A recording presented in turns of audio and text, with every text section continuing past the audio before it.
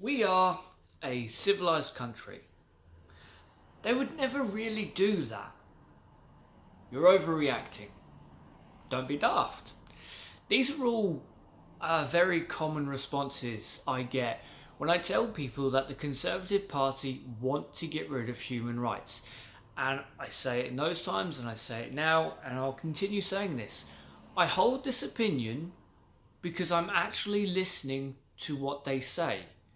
And numerous Conservative members, including Cameron, including May, have all come out with they want to get rid of human rights, the Human Rights Act. Now, today I read in an article from The Independent, Theresa May will consider axing the Human Rights Act after Brexit, despite promising she is committed in its protections, a minister has revealed. So, again, we're just repeating what the actual party is saying. And for all those people who say, we are a civilized country, we'd never get rid of that, I'd like to remind you that most politicians in Parliament right now support universal credits. A system that has been proven at every single study to inflict suffering and damage onto people rather than actually helping them. PIP payments are being diminished and increasingly late. Social care being gutted. I mean, you're in a country that ignores its elderly, that has to have a loneliness minister, and yet you don't think that they would get rid of the Human Rights Act. I'm going to leave this article linked down below. It's definitely worth a read, but I just want to go over quickly what's actually covered in the Human Rights Act. So, right to life basically means, you exist. Seems like a simple one, but that's first and foremost. Freedom from torture and inhumane or degrading treatment. The fact that families are having to go to food banks and politicians are laughing at it, joking at it, using it as photo opportunities. I mean, how? That's inhumane treatment as far as I'm concerned. The fact that they ignore poverty because it's just not convenient for them. Freedom from slavery and forced labour. Now this kind of goes into another topic that I want to hatch onto. Last year, a group of carers took care to court because we do sleep-ins and we don't get paid an hourly rate for it. We get a token gesture. Now, a sleep-in, for everyone who doesn't work in care, is where you sleep in the actual care home itself. And should something happen, you are there. Now, it's been rejected today in an article I read. The government has come out against it, saying care homes, care companies are not obligated to pay an hourly wage. The argument has always been, you're there, you're in the care home. You can't just leave, you can't have a drink, you can't really do what you want because you are there working. It's not proper sleep because you're very aware that you have to get up and do something should an incident arise. And if something does go wrong and you don't get up, you are in a world of trouble. But more importantly, if you do get up, well, you're still only on the token gesture more often than not.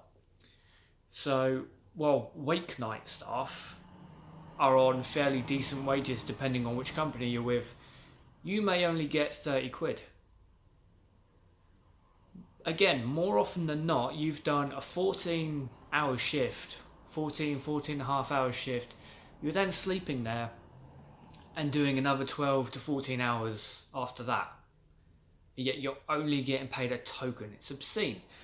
And you can very easily argue that that's forced labour, because it's not a choice to do these. They are part of the contract.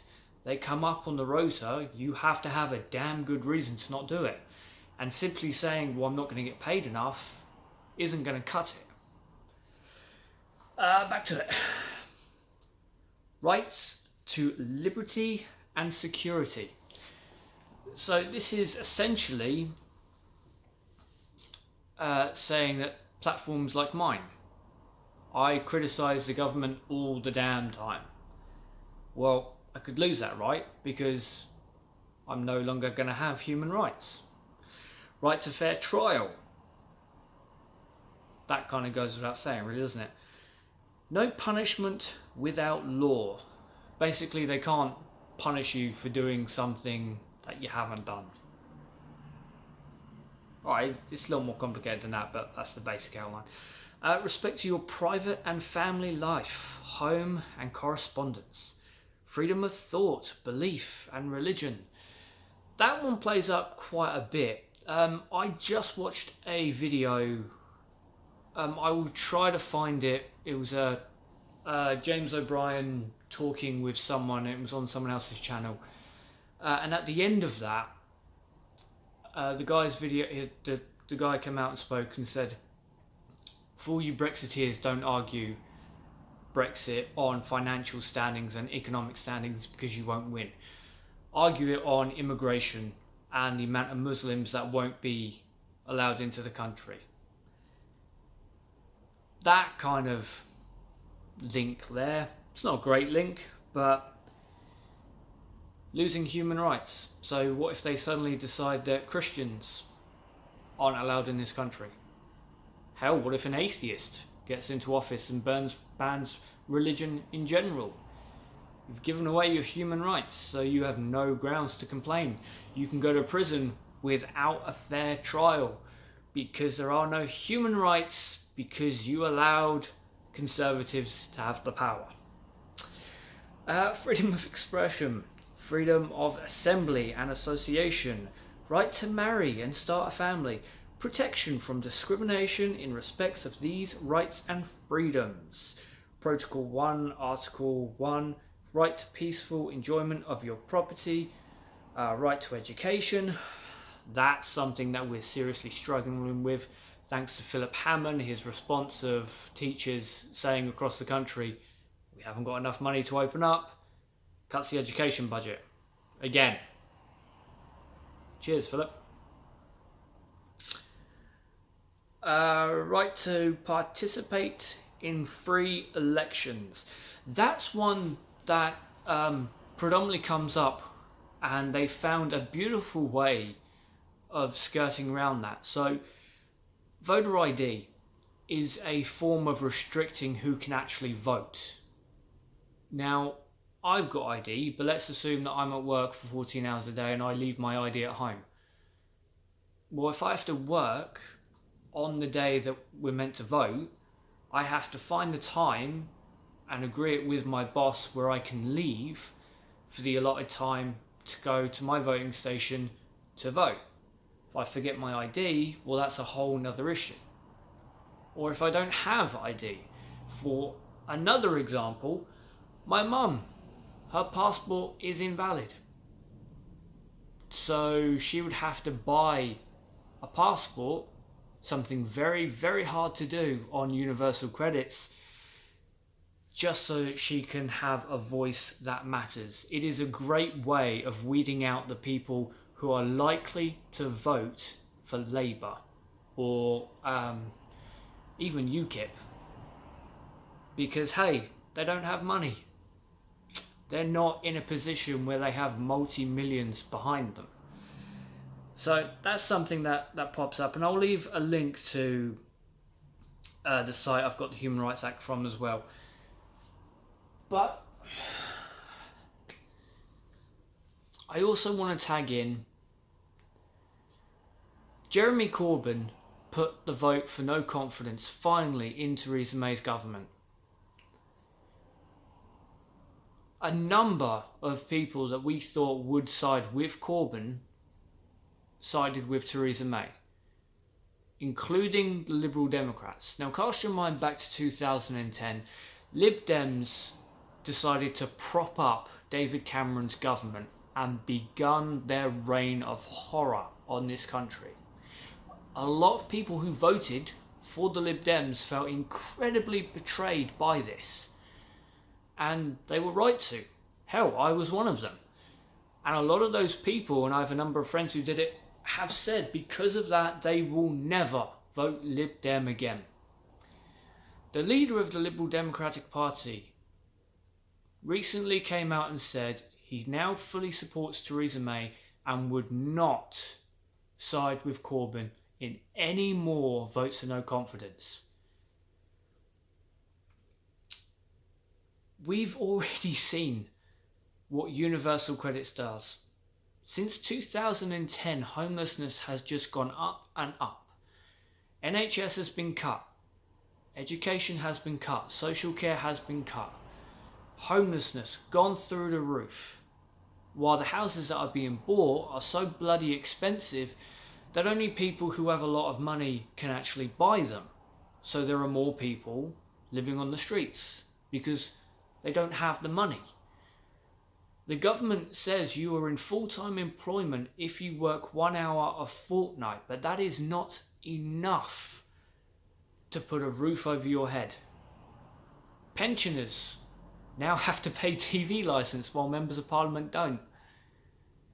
People are having to decide whether or not to keep the lights on or to have a meal. And hell, a lot of people don't even have that choice. Families, parents are deciding that they have to starve themselves for a few days to make sure that they can feed the kids. The Liberal Democrats have just supported every action that the Conservative Party have taken since 2010. They have just condoned every attack that the Conservative Party has made on people who are not wealthy. This is not something that should be forgiven or forgotten. And every single time there is an election, whether it's local, whether it's general, if you actually care about this country, you should be screaming that at every single Liberal Democrat politician trying to get your vote. And of course, every Conservative trying to get your vote. Now, last few minutes of this video, I just want to talk about Charlie Elphrick, because while I don't know if he supported May's government, I would assume that he supported them in the vote of no confidence. He did vote against May's deal, which is pretty damn good. But why?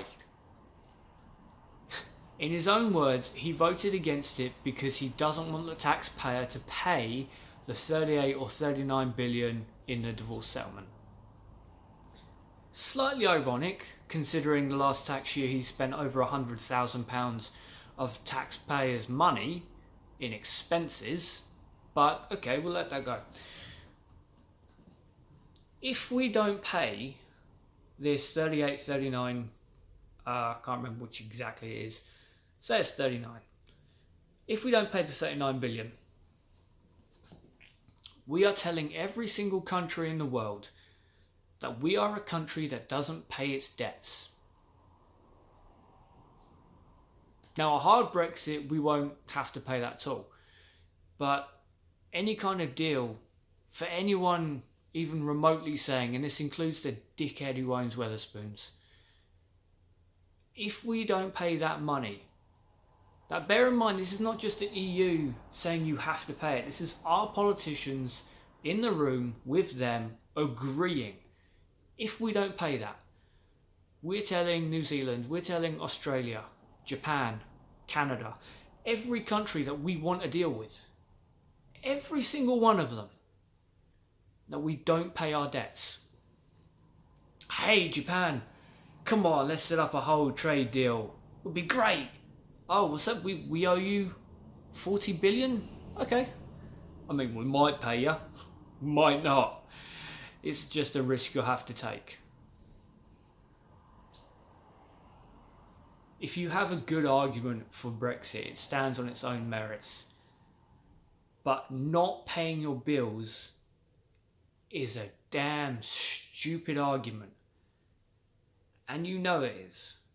Charlie Elphrick, you did a good thing by not voting for Theresa May's deal. Your reason was not only hypocritical, but moronic. There we go.